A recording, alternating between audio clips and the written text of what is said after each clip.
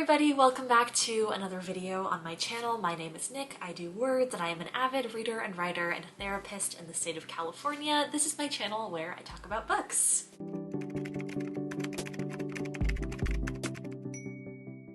Today we are going to be talking about Queen of the Tiles by Hanna Alkaf in the first video in a series where I review fictional therapists. This book is a really interesting book because it is on the surface about a Scrabble tournament and a murder investigation. However, a lot of it is about recovery, it is about grief, it is about processing and trauma, and it is about therapy. To give just a really brief synopsis, our main character Najwa is from Malaysia. She lives in Malaysia, that's where the story takes place. She's a high schooler, and the year before the events of this story, so during the prologue, her best friend Trish up and dies at a Scrabble tournament. Spoilers! It's not really a spoiler, it's in the jacket copy. Trish dies at the tournament. She is mid-game and she keels over and expires, basically. Najwa was present, however, the trauma of watching her best friend die in front of her eyes, which is a very traumatic thing to happen, especially when you're young. It's traumatic at any age, but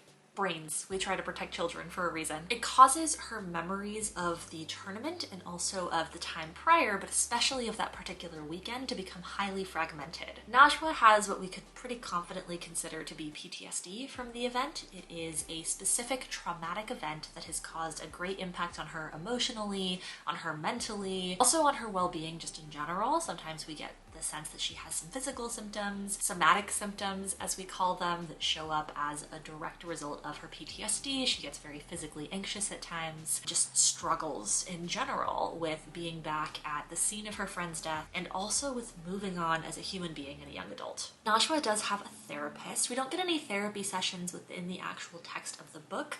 Pretty much the entire book covers the span of the weekend of the next Scrabble tournament a year later, where Najwa is attempting to take on the title Queen of the Tiles that had previously been awarded to her best friend. Najwa's goal is very interesting here. Part of it is like redemption for Trish's name, but part of it also seems to be Najwa trying to prove to herself that she is still capable, that she is still competent, that she's able to face this thing that happened in her life and come out of it successful. Najwa is not the only one that dealt with this. Pretty much all of the rest of our main cast of characters were involved with Trish in some way or another. We have Trish's boyfriend, we have friends, best friend, childhood best friend, we also have someone who had a crush on her. It's very interesting to see the interplay of all of this, especially as alongside Najwa, we piecemeal start to put together what actually happened the weekend Trish died. In this book, some of our characters become suspicious that it was a murder. I will not spoil what actually happened here because it's really interesting to follow the book, follow Najwa's path, and see what she learns along the way as well. The investigative, almost journalistic piece to this, we also have some characters who are trying to create a documentary, felt like such an interesting portrayal of what actually happens as you're trying to piece back together traumatic memories from this piecemeal array of puzzle pieces, Scrabble tiles, I guess you could say, that have been laid out across the board that you're trying to pick up, but some of them remain hidden from you because your brain is still trying to protect you from the reality of what happened. I'll probably talk about this again on this channel many times at some point or another, but when we're talking about trauma, I really like to talk about the work of Dr. Yanina Fisher and her work on stabilization in trauma. One particularly relevant piece here is the idea of what Dr. Fisher calls a feelings memory.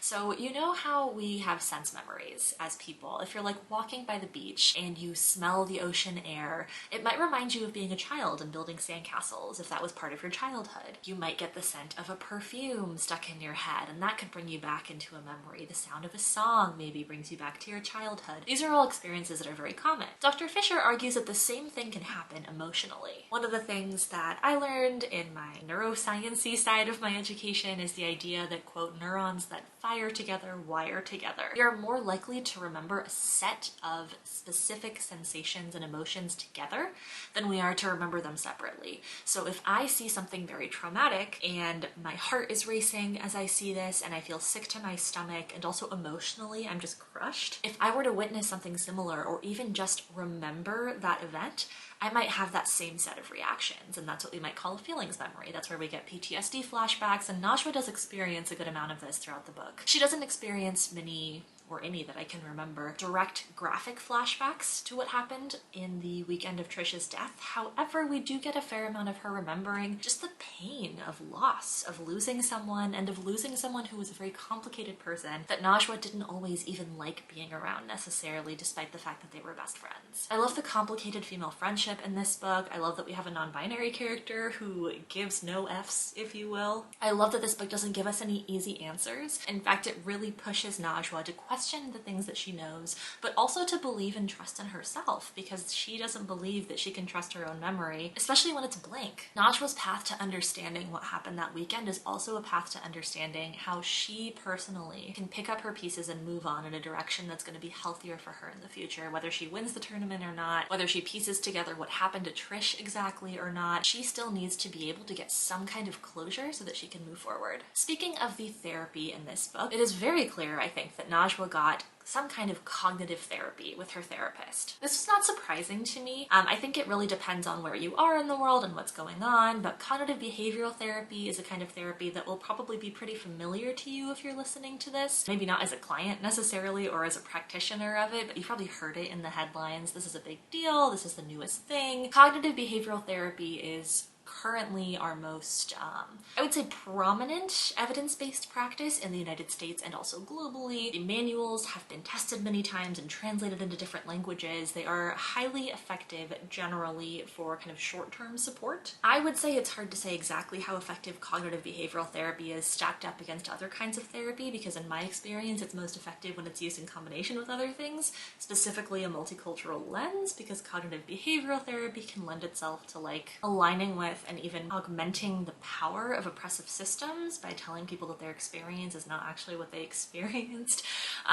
If you don't use a trauma lens with your cognitive therapy, then it can potentially be invalidating. So it's a tricky one to say, also because a lot of other kinds of therapy are much less manualized. They are tailored more to the individual conversation and the individual issues. So they're a little bit harder to test rigorously in the same way that CBT has been rigorously tested. All of that said, I found it interesting to hear about Najwa's cognitive therapy that seemed to be primarily tied not only to her PTSD but to her anxiety symptoms. We don't always separate out the diagnoses necessarily, especially because anxiety in and of itself can be a symptom of a traumatic experience. So it's not that Najwa is separately diagnosed with an anxiety disorder, though she does exhibit a lot of symptoms of generalized anxiety. In this book, one interesting thing I found that I think the average person would not necessarily have picked up is that Najwa's therapist tells her when she is having these thoughts that are really stressing her out, that are self-deprecating, that are not necessarily encouraging or supporting to herself, to squish the ants. And to do that, Najwa needs to recognize these thoughts for what they are and dismiss them from her mind. This can be an effective tool. If you're able to notice what's going on with yourself and regulate your own reaction, it can make a big difference with your functioning. A fun thing about this, though, is that when they refer to these thoughts as ants, we occasionally, I think maybe once or twice in the book, get that in all caps, ANTs. ANTs in cognitive behavioral therapy are automatic negative thoughts. So it's a fun metaphor that ties in with an existing way of conceptualizing these thoughts that is in kind of the handbook of cognitive behavioral therapy. The question of whether I think this particular kind of therapy was effective for Najwa and her situation, or if it's what I would recommend, I think is a complicated one, as it's always going to be in this series. Well, most of the time. There are going to be times I have stronger opinions. But this does seem to help her to a certain degree. It also seems as though Najwa's journey is a very personal one, and it's one that she is going on in conjunction with friends and the people around her. It seems very situation dependent. So I also think, and this is the case I think pretty much always, that not only is the therapy going to be useful and give her coping skills and such, but having a strong community and people to lean on and talk to and process with is so essential to the healing process, at times more so than the actual modality of therapy that's happening. So I just found this to be such an interesting read. Some side notes about the book itself: there is a ton of wordplay. I learned so many new words. I feel like for me sometimes with YA, again, grain of salt, I'm 26, I am not the intended audience. However, I do feel sometimes that the language choices and the lack of sort of complexity structurally in YA can alienate me from the genre a little bit. I find it, I don't want to say uninspired, but it's a little bit less exciting to me as someone who likes to geek out about process and who likes to geek out about like formal choices that are made in writing. This book was so exciting to me for that reason. You can tell that the author really loves writing and really loves words and loves Scrabble and loved the process of immersing herself into writing this story. So I found that really exciting. We got so many fun like anagrams. We got really fun double entendres, triple entendres. I did not think I would enjoy reading about Scrabble games, but this was so fun. It was so interesting. It made me want to play Scrabble. I have not played in forever. I learned that if I played against any of these teens, I would get creamed. I would get destroyed. I don't know this many words, I need to start studying. I learned that there are dictionaries that are specifically for Scrabble that have like all kinds of words, like a drastically expanded vocabulary of words I'd never heard of, so I feel like I need to get in on that. So aside from being a portrayal, a portrait, I would say, of healing from grief, this book is also a lot of fun. It was a very quick read. I read it fast. I read it over a couple of afternoons in coffee shops and at home and such, so I would totally recommend this if you're looking to pick up something like fun and interesting. There is not a major romantic arc, and I love that about this book. I love it deeply. I kind of want that more, especially in YA. I loved how much of this really was about Najwa's personal journey, and she didn't need other people to fix her. She needed them to support her and connect with her and move forward with her, and that didn't have to be romantic. So good. Hanna Alkaf is an author that I really want to read more from soon. I hope to. So I'm definitely going to be on the lookout to do more of that. This is a really quick video. I just wanted to get used to the format myself and hear some of your thoughts on what kinds of books you might want to hear me talk about therapists within. Not The Silent Patient. I have a different video that I'm going to make for that book. But I would love to hear your thoughts. If you have requests or recommendations, please let me know. If there are things that you want explained a little bit more, ideas, theories, let me know. That's all I've got for you today. Thank you so much for watching this video. Please like, subscribe, share, comment, all that good stuff. I am still a baby channel and every little bit helps me a lot with like discoverability and being able to make more of these videos. Thank you. Have a beautiful rest of your day and I will see you back next time.